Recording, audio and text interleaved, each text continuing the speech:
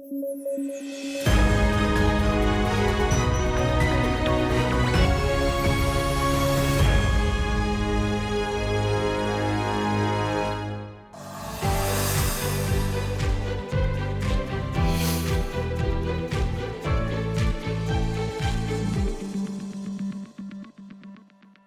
News at 9 programme में आपका स्वागत है। मैं हूं अमृत उपाध्याय। उम्मीद है आप सबकी होली बहुत अच्छे से गुजरी होगी, बहुत सेफ रहकर, सुरक्षित रहकर आप सब ने होली का आनंद उठाया होगा। आइए, आज बहुत दिन बाद आपसे मुलाकात हो रही है, क्योंकि मैंने पहले ही बताया था कि इस समय यूपीएससी के को लेकर मॉक इंटरव्यूज चल रहे हैं, क्योंकि यूपीएससी के भीतर इंटरव्यूज, असल इंटरव्यूज चल रहे हैं। इसलिए मॉक इंटरव्यूज के सेशन में मैं व्यस्त था और इसलिए आपसे मुलाकात नहीं हो पा रही थी। लेकिन चलिए, आज से मुलाकात होगी। शुरुआत कर लेते हैं। सबसे पहले हेडलाइंस पर नजर डालते हैं। वर्चुअल करेंसी अब पीएमएलए के दायरे में। मनी लॉन्ड्रिंग को रोकने के लिए लाया गया था पीएमएलए एक्ट। ईडी को दी गई हैं शक्तियां। इसरो को मिला निसार सैटेलाइट। इसरो और नासा ने मिलकर बनाया है। 2024 में होगा लॉन्च।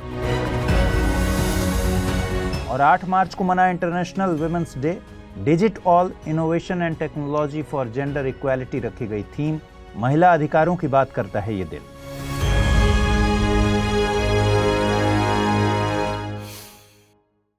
खबरों की शुरुआत करने से पहले आप सबके लिए एक जरूरी सूचना। स्टडी IQ IAS हिंदी की टीम हिंदी माध्यम में लाइव फाउंडेशन बैच ले आ चुकी है। आपको पता है, अब दूसरा लाइव फाउंडेशन बैच शुरू होने वाला है। 11 मार्च से शाम में 6 बजे इस बैच की शुरुआत हो रही है। इस कोर्स के साथ आप होली की सेल का लाभ उठा सकते हैं। ये सेल 6 से 9 मार्च तक यानी आज तक जारी है। इस छूट को हासिल करने के लिए आप अमृत लाइव कोड का प्रयोग कर सकते हैं। तो ये कोर्स आपको केवल 17,499 रुपये में हासिल होगा। इस कोर्स में प्रतिदिन 2.5 से 3 घंटे की नियमित कक्षाएं हैं। इसके अलावा हैंड रिटन नोट्स, PDF, मुख्य परीक्षा के लिए आंसर राइटिंग प्रोग्राम और अन्य बहुत सारे उपयोगी फीचर्स आपको प्राप्त हो जाएंगे। कोर्स की जानकारी डिस्क्रिप्शन बॉक्स में है। लिंक पर क्लिक करके आप जानकारी और ले सकते हैं। चलिए खबरें शुरू करें।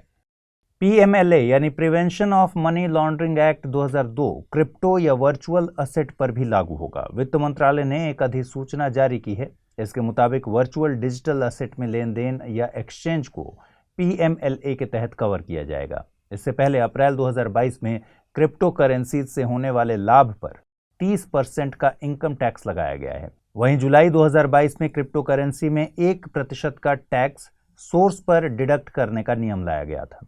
वर्चुअल असेट में एक्सचेंज को शामिल करने से कर और नियमन का दायरा भी बढ़ गया है। पीएमएलए एक्ट को मनी लॉन्ड्रिंग को रोकने और इससे जुड़ी संपत्ति को जब्त करने और संबंधित अन्य मामलों के लिए लाया गया था। मनी लॉन्ड्रिंग से मतलब होता है रुपयों की हेराफेरी से। इसमें अवैध तरीके से कमाए गए रुपयों को व्हाइट मनी में बदला जाता है। ईडी यानी डायरेक्टोरेट ऑफ एनफोर्समेंट को इसमें ब्लैक मनी से अर्जित संपत्ति का पता लगाने और जब्त करने के अलावा अपराधियों के खिलाफ मुकदमा चलाने की जिम्मेदारी दी गई है। इसरो ने नासा से निसार यानी नासा इसरो SAR सैटेलाइट हासिल किया है। निसार एक लो अर्थ ऑब्जर्वेटरी सैटेलाइट है। इसे इसरो और नासा ने मिलकर तैयार किया है। इसरो के मुताबिक निसार सैटेलाइट 12 दिनों में पूरी पृथ्वी को मैप कर सकता है। ये पृथ्वी के इकोसिस्टम में बदलाव, आइस मास, वेजिटेशन बायोमास, सी लेवल राइज, ग्राउंड वाटर और प्राकृतिक आपदाओं के लिए डेटा मुहैया कराएगा। इसका प्रयोग लैंडस्लाइड प्रोन डेटा के लिए भी किया जा सकेगा। निसार सैटेलाइट में L और S सिंथेटिक अपर्चर रडार हैं। ये स्वीप SAR टेक्निक पर काम करता है, जिसे हाई रिजोल्यूशन वाले डेटा के लिए प्रयोग किया जाता है। इसे 2024 में सतीश धवन स्पेस सेंटर से लॉन्च किया जाएगा। भारत ने अपने इंटरनेशनल कमिटमेंट्स में वृक्षावरण और वनावरण को बढ़ाने का लक्ष्य रखा है। इसके जरिए 2030 तक 2.5 बिलियन से लेकर 3 बिलियन टन कार्बन डाइऑक्साइड का अवशोषण किया जा सकेगा। इसके जरिए एमिशन इंटेंसिटी का लक्ष्य पूरा किया जाना है। गौरतलब है कि COP26 में प्रधानमंत्री नरेंद्र मोदी ने 5 नेक्टर एलिमेंट्स की घोषणा की थी। इन्हें पंचामृत नाम दिया गया है। इन्हें ही भारत के इन्हेंस्ड क्लाइमेट टारगेट्स के तौर पर घोषित किया गया है।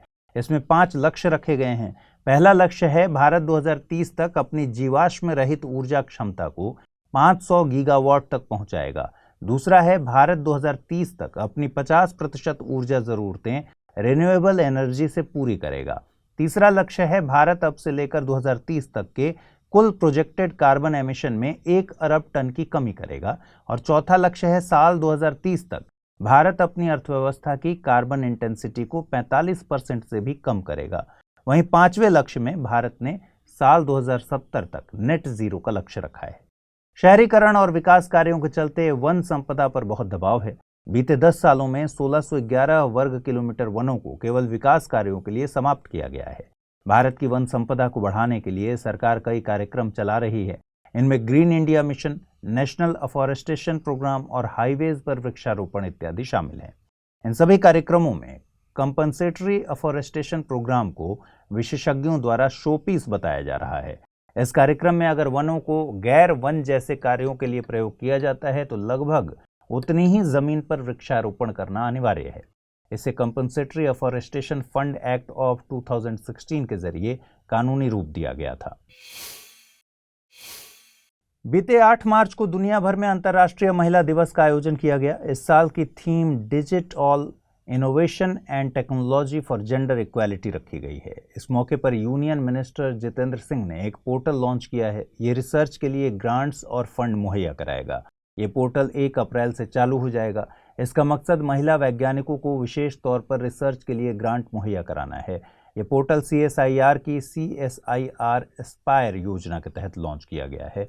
CSIR यानी council of scientific and industrial research विज्ञान एवं प्रौद्योगिकी मंत्रालय के तहत एक रिसर्च एंड डेवलपमेंट की संस्था है।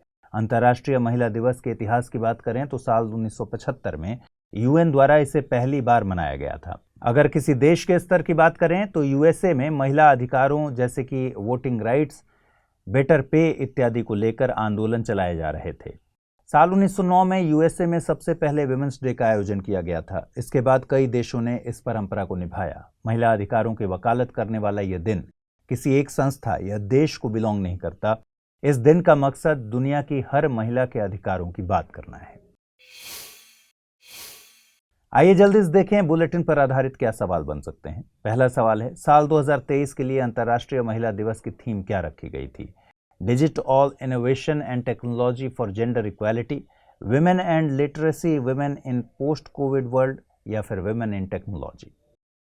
अगला सवाल है, निम्नलिखित कथनों पर विचार कीजिए। Prevention of money laundering act 2002 को वर्चुअल असेट पर लागू किए जाने की अधिसूचना जारी की गई है। निसार सैटेलाइट को रूस और USA की अंतरिक्ष संस्थाओं द्वारा तैयार किया गया है। सही कथनों का चुनाव करना है कूट के जरिए। केवल 1, केवल 2, 1 और 2 दोनों, न तो 1 नहीं 2। आइए जल्दी से देखें पिछले बुलेटिन में आपसे क्या सवाल पूछे गए थे और उनके सही जवाब क्या हैं। पहला सवाल था, लैंडस्लाइड एटलस ऑफ इंडिया 2023 किस संस्था के द्वारा जारी किया जाता है? राष्ट्रीय आपदा प्रबंधन प्राधिकरण, national remote sensing centre, the energy and resources institute of India या फिर गृह मंत्रालय। सही जवाब है इसका option B, national remote sensing centre. अगला सवाल पूछा गया था, निम्नलिखित कथनों पर विचार कीजिए। बायोडायवर्सिटी बियॉन्ड नेशनल जुरिस्डिक्शन को हाई सीज के लिए लाया गया है। हाई सीज का प्रयोग केवल तटीय सीमा वाले देशों द्वारा ही किया जाता है। हाई सीज क्षेत्र का प्रयोग शांतिपूर्ण कामों के लिए किया जा सकता है। सही कथन या कथनों को चुनना था, केवल 1 और 2, केवल 2 और 3, केवल 1 और 3 या फिर 1, 2 और 3। इस प्रश्न का सही जवाब है विकल्प सी, यानी 1 और 3 कथन सही हैं। दूसरा कथन गलत है। हाई सीज का प्रयोग तटीय सीमा वाले और लैंड लॉक दोनों तरह के देशों के द्वारा किया जा सकता है। तो फिलहाल आज इस बुलेटिन में इतना ही। कल रात आपसे फिर से मुलाकात होगी रात 9 बजे। अपना ख्याल रखिए, ठीक से पढ़ाई कीजिए। नमस्कार।